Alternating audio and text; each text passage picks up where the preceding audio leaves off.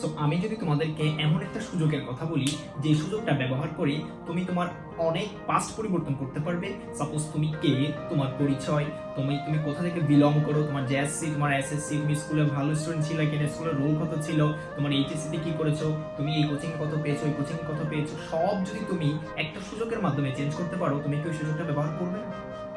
অবশ্যই করবে। And that opportunity is admission test. সেই সুযোগটা হচ্ছে ভর্তি পরীক্ষা।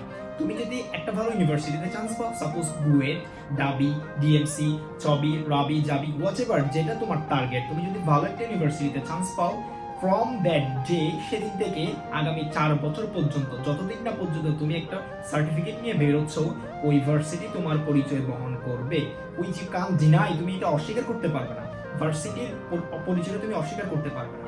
সেদিন থেকে ভার্সিটি তোমার পরিচয় বহন করবে এবং এরপর থেকে কেউ তোমার পাস জিজ্ঞেস করবে না। সাপোজ তুমি জেএসসিতে কত পেয়েছো, 2, 3, 4 or 5, এসএসসি, এইচএসসি, তুমি স্কুলে কেমন ছিলা, কলেজে কেমন ছিলা, টপ করছো কিনা, উদ্ভাসের পরীক্ষায় কত পাইছো, বিদেশের পরীক্ষায় কত পাইছো, ওই কোচিং এ ভালো করছো কিনা, এই কোচিং এ ভালো করছো কিনা, no one will ask you this question.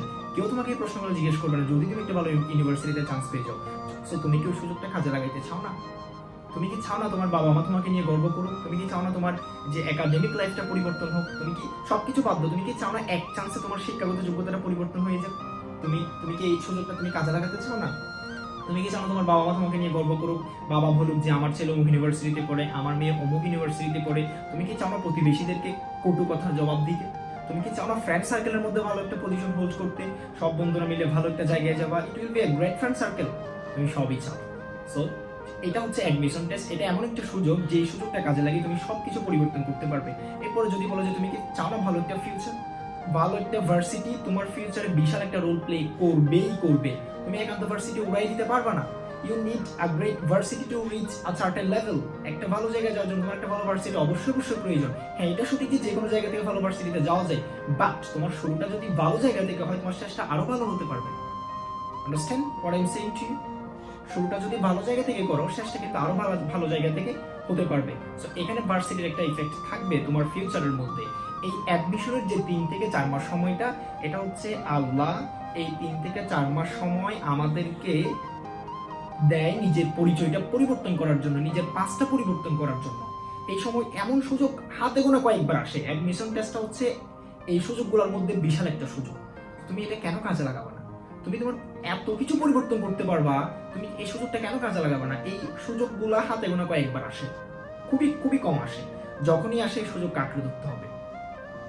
এই 3 থেকে 4 মাস অ্যাডমিশনের যে সময়টা, এটা খুবই প্যাথেটিক, খুবই ডিফিকাল্ট হতে পারে, কিন্তু এই সময়টাকে যদি তুমি প্রপারলি ইউজ করে, প্রত্যেকটা সময় প্রপার ইউটিলাইজ করে তুমি যদি একটা চার্টেন লেভেলে পৌঁছাইতে পারো, তোমার সব পোস্ট পরিবর্তন হয়ে যাবে। তোমার এক চান্সে শিক্ষাগত যোগ্যতা পরিবর্তন হয়ে যাবে, তোমার সমাজে একটা তোমার ফেস ভ্যালু তৈরি হবে এবং আরো অনেক কিছু হইতে পারে। সো শুধু 3 থেকে 4 মাস স্ট্রাগল করে তুমি যদি এত কিছু চেঞ্জ করতে পারো, তাহলে তুমি কেন সময়টাকে কাজে লাগাবা না? তোমাকে কে থামাবে? হোয়াটস স্টপিং ইউ? তোমাকে থামানোর কেউ নেই। তুমি একা, উপরে আল্লাহ, নিচে তুমি। তুমি সৎভাবে পরিশ্রম করো। No one can stop you. তোমাকে কেউ থামাইতে পারবে না। So just start the game, give your all effort and you will be success.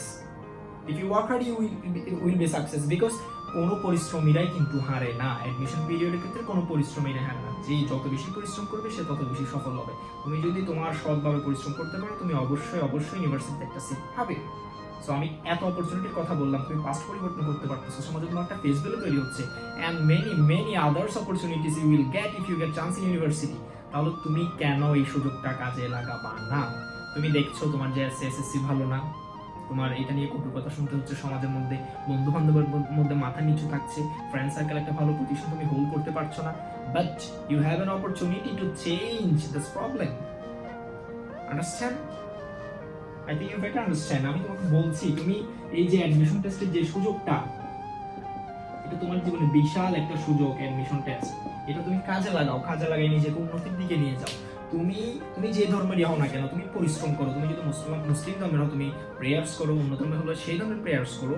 সৃষ্টিকর্তাকে ডাকো। এই অ্যাডমিশন ফেজে তোমাকে পরিশ্রম অনেক বেশি এগিয়ে নিয়ে যাবে এবং সাথে ভাগ্যটাও প্রয়োজন। ভাগ্যটার জন্য অবশ্যই স্রষ্টাকে ডাকতে হবে, আদারওয়াইজ তুমি কিছুই করতে পারবে না যদি ভাগ্য তোমার সহায় না হয়। ভাগ্যের জন্য তোমাকে সৃষ্টিকর্তাকে রাখতে হবে, কঠোর পরিশ্রম করতে হবে এবং তুমি 3-4 মাস পরে গিয়ে হয়তো একটা ফলাফল পেতে পারো। তুমি হয়তো স্যাটিসফাইড হতে পারো অথবা ডিস্যাটিসফাইড হতে পারো।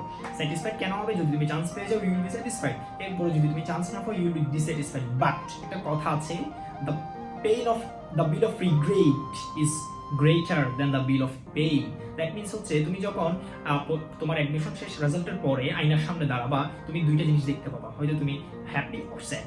যদি স্যাড হও, তোমার আমি যে লাইনটা বললাম, the bill of regret is higher than the bill of pain, অর্থাৎ এমনভাবে পড়াশোনা করতে হবে যেন তুমি চান্স না পেলেও তোমার কোনো আফসোস না থাকে।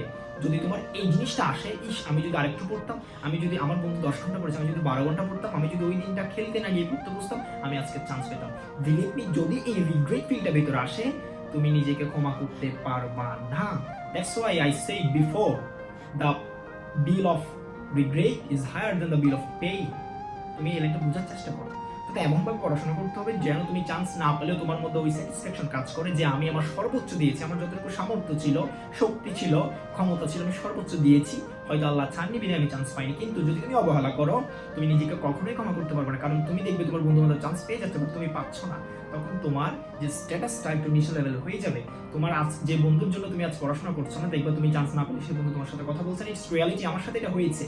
আমার অনেক বন্ধু বান্ধব আমার সাথে এখন হচ্ছে ডিসপ্যাচ হয়ে গেছে, তাদের সাথে আমার ভালো সম্পর্ক নেই। বাট এই অ্যাডমিশন পিরিয়ডে অনেক কিছু চেঞ্জ হয়ে যাবে, তুমি যেটা ইমাজিনও করতে পারবে না। সো আমি বারবার বলছি, এই 3 থেকে 4 মাস সময়টা স্ট্রাগল করো। এখন তোমার অনেক সমস্যা থাকবে, সব সমস্যার একটাই সমাধান, ভাই তুমি পড় এবং পড়। তুমি 5 ঘন্টা পড়ো, 7 ঘন্টা পড়ো, 7 ঘন্টা পড়ো, 10 ঘন্টা পড়ো, 10 ঘন্টা পড়ো, 12 ঘন্টা পড়ো। পড়া ছাড়া কোনো বিকল্প এই পরিস্থিতির মধ্যে নেই। মাত্র 3 মাস পরিশ্রম করবা, 3 মাস ঘরবন্দি থাকবা, মোবাইল বন্ধ, এসব সবকিছু বাদ। 3 মাস তুমি কষ্ট করবা, 3 মাস পর গেম চেঞ্জ, 3 মাস পর গেম চেঞ্জ করবা। That's it. তুমি ভালো ইউনিভার্সিটি চান্স পেয়ে যাবে, এরপরে দেখবা আরো কত কিছু হচ্ছে। এখন যে আফসোসগুলো আছে, তখন এই আফসোসগুলো থাকবে না। Just I am motivating you to do study well. আশা করছি আমার কথাগুলো বুঝতে পারছো। সো আজকে এতটুকুই ছিল। তোমাদের ভবিষ্যতের যে অ্যাডমিশন টেস্টের ইংলিশ গাইডলাইন নিয়ে আরো ভিডিও আসছে, বিস্তারিত পেজে আমার পেজের সাথে সম্পৃক্ত থাকো। So that's all about today's motivation. Thank you all. আল্লাহ হাফেজ।